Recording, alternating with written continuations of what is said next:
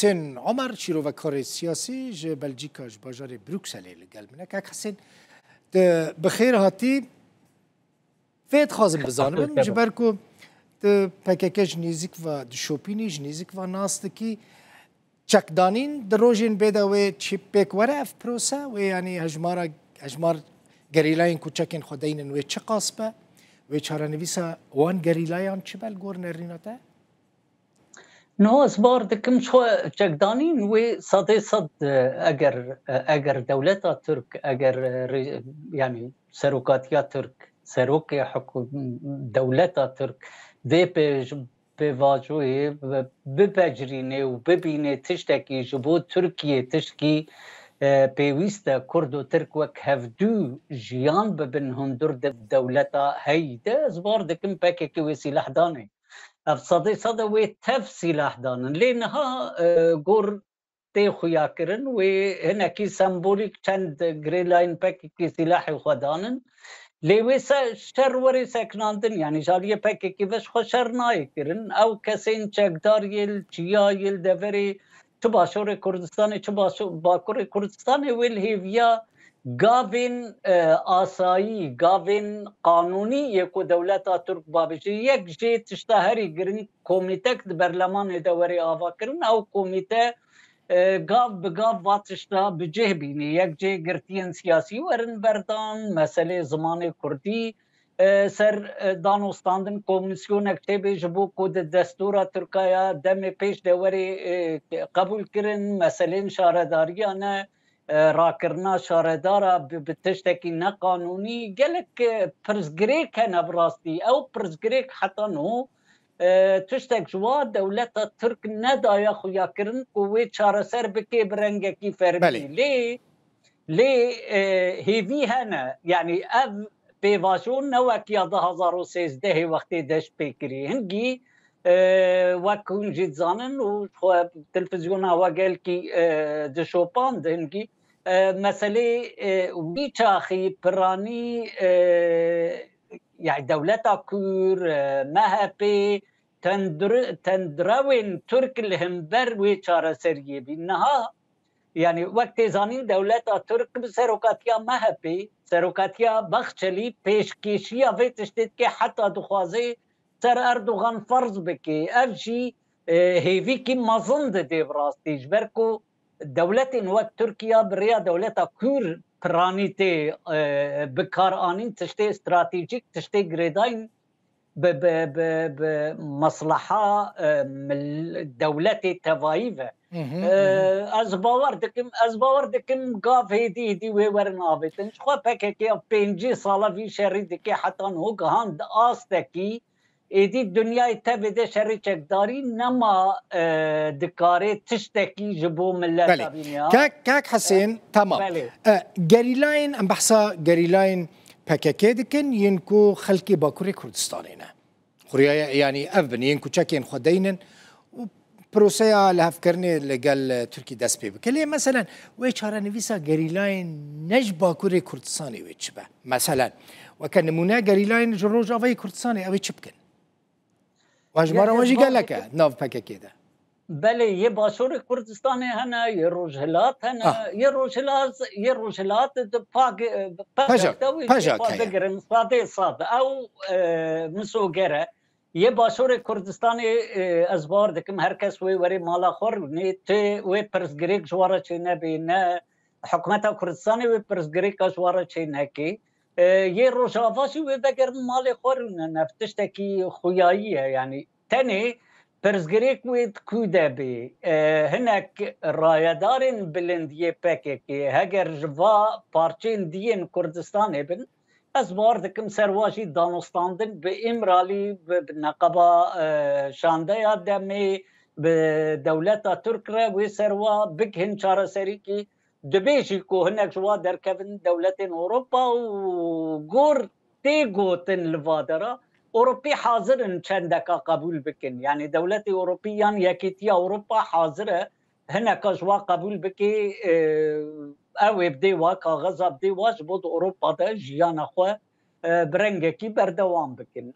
و بی رنگی چه به وقت خویا دکن یعنی اوین کو مثلا گریلاین پککینا روج آوای کردستانینا و بکاربن لگور نرینا تا ده پیواجوی سیاسی یا سوریه ده جه بگرن کار بکن يعني حكومة سوريا ريبدا وان جبركو بالصالانة وان جاميران كار كرنا وسطابونا خدمت كرنا حكومة سوريا جيب صالة كار كريا بصالة الامبر الرجيم كي شر كرنا او جيبا مثلا باش فين ديكن ودزانن كيف هسه ديم جبيرنا زكي تشدار خوسريا ديمقراطيك هي وك استاتوكي هي ابستاتوها هني ويشار سريكي صد جواره ببيني باتفاق بدولتا تركرا ام وجي جبيرناكن دولتا ترك ايرو دس دانيا سر سوري بتباهي يعني هر تشتيد هندر سوري دا تيكرن قصرا جمهوري وقت بيجن حتى دا سازين بتشوك هندر سوري دا حمي بابرو تعليمات دولتا ترك اف مساله وبريا دولتا ترك وري شهر سر كرنا وازباور دكم حكمتا سوري وفي تشتي قبول بكي هاجر حكمتكي ام بيجن تباي سوري هابي هاجر نبيجي خو سريا ديمقراطيك كسن ملتين هريمنا وكسن خباتكارن وحقي وهي ذكرن وكسن هوجيان دبن بازار النب هسه ديدجي هنا د سروکاتیا هسدی حتی یدیش یکود ناوا پک کده برینها جه گرتین و شرکرین جبو موافق ملت کرد ایرو جبو موافق ملت کرد روجاوا ده خباتا خو بردوام بکنه و کسین روجاوایی از بار دکم و بیو رنگی جه خو ببین یکو بخوازه یکو نخوازه شی مال نوا وکرینه جه واهنه از بار دکم هر کس کاری وری مالا خورونه گنده خورونه بازار خورونه کاری خو جنوب خوانيجن بكافانوفا جيانك بكافانوفا سيفيل يعني بكافانوفا جيانك مدني كاك حسين مثلا ام بحسب بيفاجويا اللي هاتني يا دنابرا تركي واوجالاندا دكن الجور نارينا تم مثلا اف بروسيس شو سري بسركت غافين باش تدهاتن افيتن كردين روجاوي كرساني سودا كتشاواج ويا كي ببينن نها قفديشي مقوش خوا رجيم سوري يعني سوري دي بتباي بندنت ما تركاده اب هركس دنيا دا قبول كريه حتى ترامب جي ونقازان من بحث كريه جبو يكي او دانوستاندني ال بروسيس اگر هر سري بروسيس هر سري اسبار دكم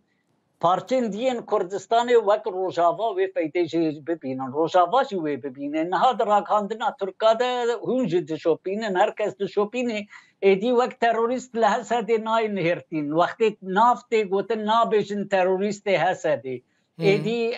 دسه مه فی شکک نهات یتقاندن یعنی آرامی که الهرم چه بیه ایدی درون نادر کفن مثلا سبیلا ناکوشن یانجی حتی اندام قصد نماد کشن یعنی شخوا اگر بستکی یانجی دانوستاندن نابرا حسدی و حکمت ترک ده چیده بن جنگا پروسه دست پیکری از بار دکم دوی آلی دیشی حکمت ترک وی بگه نتیجه نا یانجی وی او حسدی وی کارن ببن بگن انجام ناجبو پیش روژا کرداد هندر سوری ده مخابر پیش روژا هندر کرداد هندر سوری ده دستی ترکاده او جینت دستی رژیم شامی یا نهوده اجبر او خود بقرارن او خود گریداین ایدی برژیم حکمت ترکاده یعنی قرار دستی حکمت ترکاده و از باور دکم پیش روژا روژاواجی هنکی گریدای پیش روژا باکرفه از یه من از وقت کسک از گلکی بهیوی مکو اف پروسه و جاره پیش بکوی و بگه انجام باش بو ملت کرتوایی و جبو ملت روجاواجی جبو ملت باکر باشور یعنی او روشاوی خود يعني پشگریا و پروسه دکی پروسس دکی و ببی آریکاری که مازن جی جیره و زیبیدار مکاک مسعود یعنی بانگا او جلان یا جیره ریکری دست پی بکه ایدی آوا کرنا کردا بکینه هفدوی وقت سرو که هینا کردا جبو قارب د اصلا ناونتوی ده گاون مازنج بو يعني هر چهار پارچه کردستانی یا نهایینا کردا دهری میده و دنیای ده وری آفیتن تمثیلی کاوایا رسمی وری تکره مالتا هوا گلک سپاس حسین عمر شیرو وکار سیاسی ج بروکسل